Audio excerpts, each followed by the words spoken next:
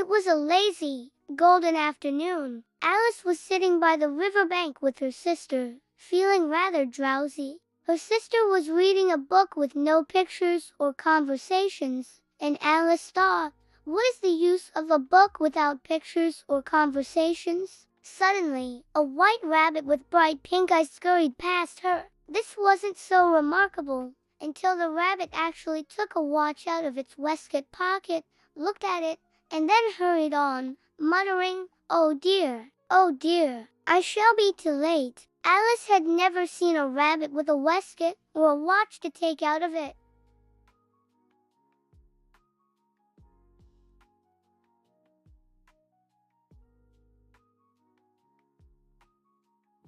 In another moment, down went Alice after it, never once considering how in the world she was to get out again. The rabbit hole went straight on like a tunnel for some way, and then dipped suddenly down. Alice found herself falling, as if down a very deep well. Either the well was very deep, or she fell very slowly, for she had plenty of time as she went down to look about her and to wonder what was going to happen next. She looked at the sides of the well and noticed they were filled with cupboards and bookshelves. Here and there she saw maps and pictures hung upon pegs. She took down a jar from one of the shelves as she passed. It was labeled orange marmalade, but to her great disappointment, it was empty. She didn't want to drop the jar and risk hurting someone below, so she managed to put it into one of the cupboards as she fell past it. Well, thought Alice to herself, after such a fall as this, I shall think nothing of tumbling downstairs. How brave they'll all think me at home.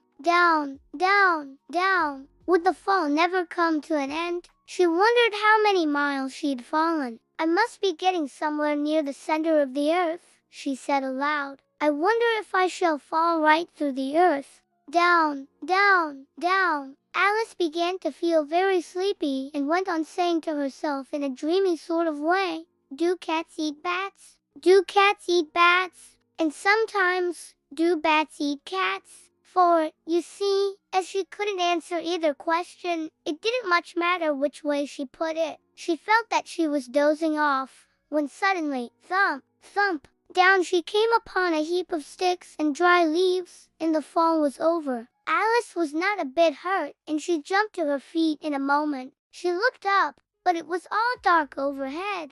Before her was another long passage, and the white rabbit was still in sight, hurrying down it. There was not a moment to be lost. Away went Alice like the wind. She was just in time to hear it say, as it turned a corner, oh my ears and whiskers, how late it's getting. She was close behind it when she turned the corner, but the rabbit was no longer to be seen. She found herself in a long, low hall, which was lit up by a row of lamps hanging from the roof. There were doors all around the hall, but they were all locked. Alice tried every door, but alas, she couldn't open any of them.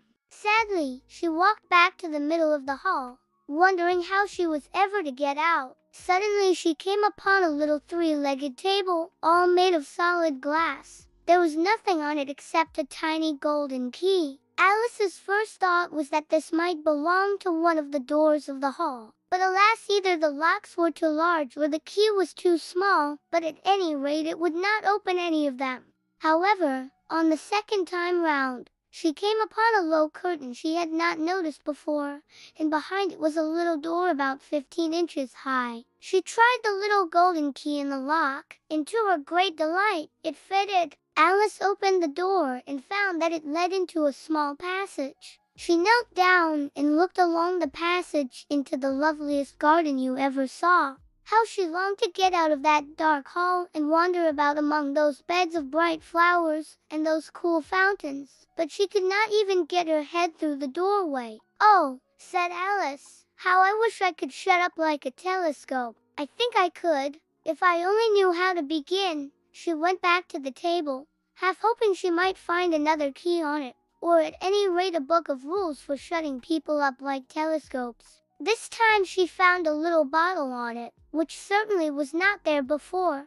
Tied around the neck of the bottle was a paper label, with the words "Drink Me" beautifully printed on it in large letters. It was all very well to say "Drink me," But the wise little Alice was not going to do that in a hurry. "No, I'll look first," she said, "and see whether it's marked poison or not."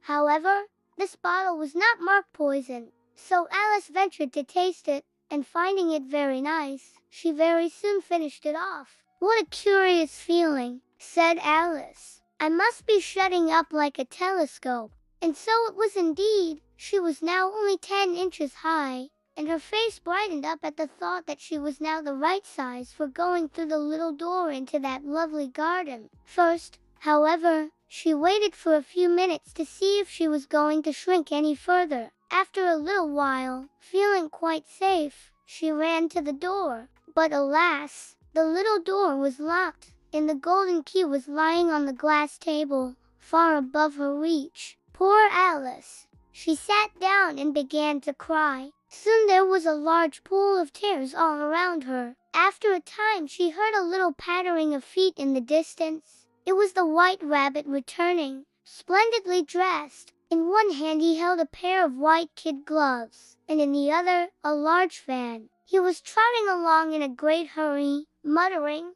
"Oh, the Duchess, the Duchess! Oh, won't she be savage if I've kept her waiting?" As he came near her, Alice began in a low, timid voice, "If you please, sir." The rabbit started violently, dropped the white kid gloves and the fan, and scurried away into the darkness as hard as he could go. Alice took up the fan and gloves. As the hall was very hot, she kept fanning herself while she talked. "Dear, dear, how queer everything is today. I wonder if I've been changed in the night." As she said this, she looked down at her hands and was surprised to see that she had put on one of the rabbit's little white kid gloves while she was talking. "How can I have done that?" she thought. "I must be growing small again." She held the fan and realized that it was making her shrink. She hastily dropped it, just in time to save herself from shrinking away altogether. Now she was small again, and the key was still on the table. She felt very sad and lonely, but then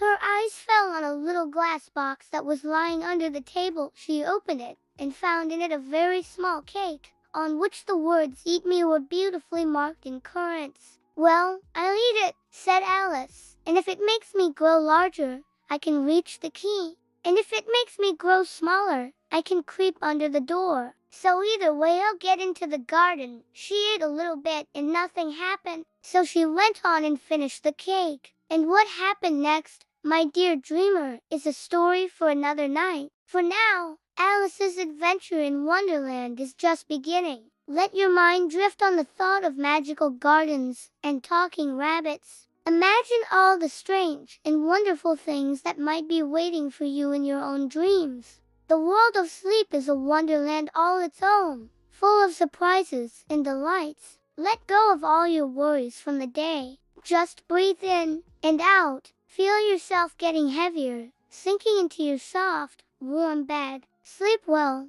and may your dreams be as enchanting as Alice's journey. Good night.